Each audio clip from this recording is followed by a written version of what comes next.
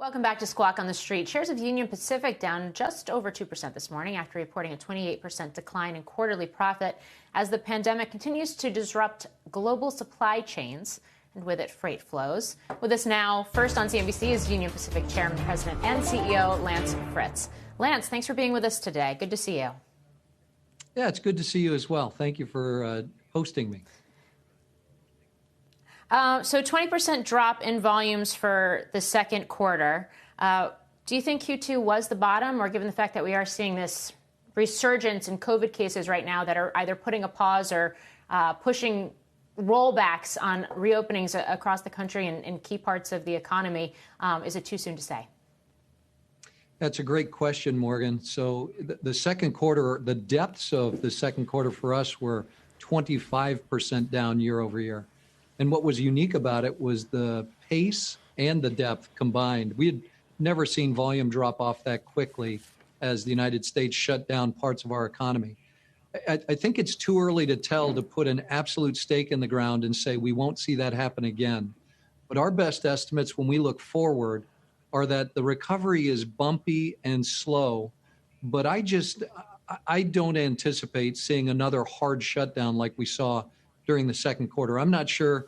I know that wouldn't be good for the U.S. population, particularly those on the lower socioeconomic part of the spectrum. And I just don't think our communities are in a place where that's going to be the right reaction. I think we've got a little more data to work with, and we can be a little smarter from a risk mitigation perspective. Yeah, and I guess along those lines, the fact that you're now expecting full year 2020 carload volumes to be down, 10%, give or take, compared to 2019. I guess looking through the different types of commodities, intermodal, some of the different types of freight that you do move around the country right now, how did you get to that number, or that best guess number? Well, it's a heck of a lot of effort on the part of our both commercial team and our operating team. Our operating team has done a wonderful job during the quarter to react to the down volume and continue to get productivity and generate a really strong service product. Our freight car velocity is up double digits. Our locomotive efficiency is up. Our network efficiency is up. We generated about $185 million in productivity on a better service product. Our trip plan compliance is much better across the spectrum of our products. And our commercial team is using that to win new business. Our lower cost structure has opened up more markets, and now our commercial team's using that and developing business, both with existing customers and with new customers, and essentially expanding the pie for our rail service. So that gives us some optimism when we look into the second half, which is why we put the marker down that we believe overall full year volume is going to be down 10%. And that essentially says second half volume is going to be down somewhere between 8, 9, 10% as well. Lance, it's remarkable the way housing appears to be leading here as people, I guess, anecdotally leave urban centers. Has that taken you by surprise? And does that seem like something that might be more elongated rather than a quick snapback from Q2? Hey, Carl, so for a long time, we've been troubled by the current generation and their approach to housing, whether it's millennials or Gen Z.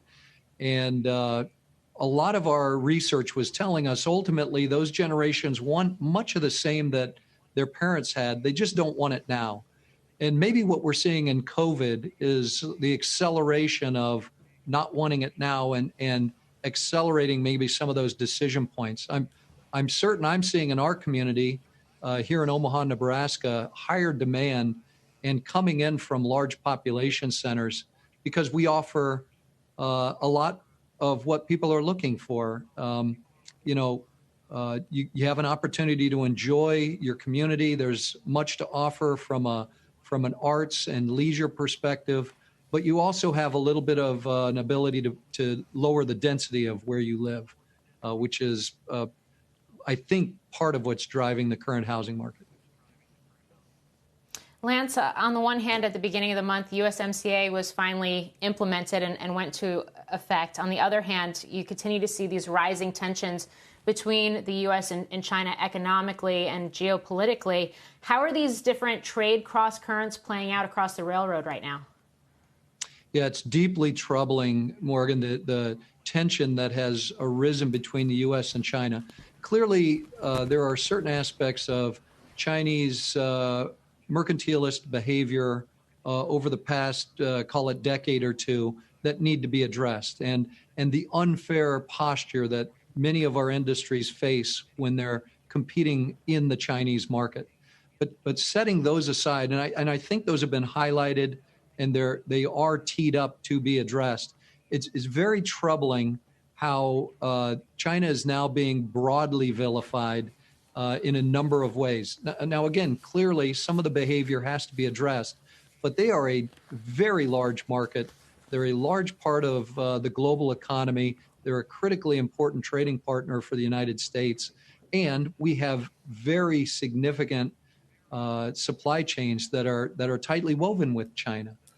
So, that's troubling to me. I think there's a path forward there. I think it's engagement, continued engagement, and more broad engagement with a broader consortium of our other allies and trading partners addressing the same concerns. I do think the Phase 1 China-U.S. deal is a great beachhead from which to continue to cement the relationship in a more positive, fair perspective. When I switch over to USMCA, I am just very optimistic about its implementation and the impact that'll have on the U.S. economy and on North America more broadly. USMCA fixed a couple of small things and some big things that needed to be addressed in NFTA. And I know Canada, the United States, and Mexico are all very much dedicated to using that agreement to enhance all of our economies and become more globally competitive as a consortium. Certainly it'll do that for the United States. Well, Lance Fritz, the CEO and chairman of Union Pacific, thank you for joining us on the heels of those earnings today. Yeah, thank you very much.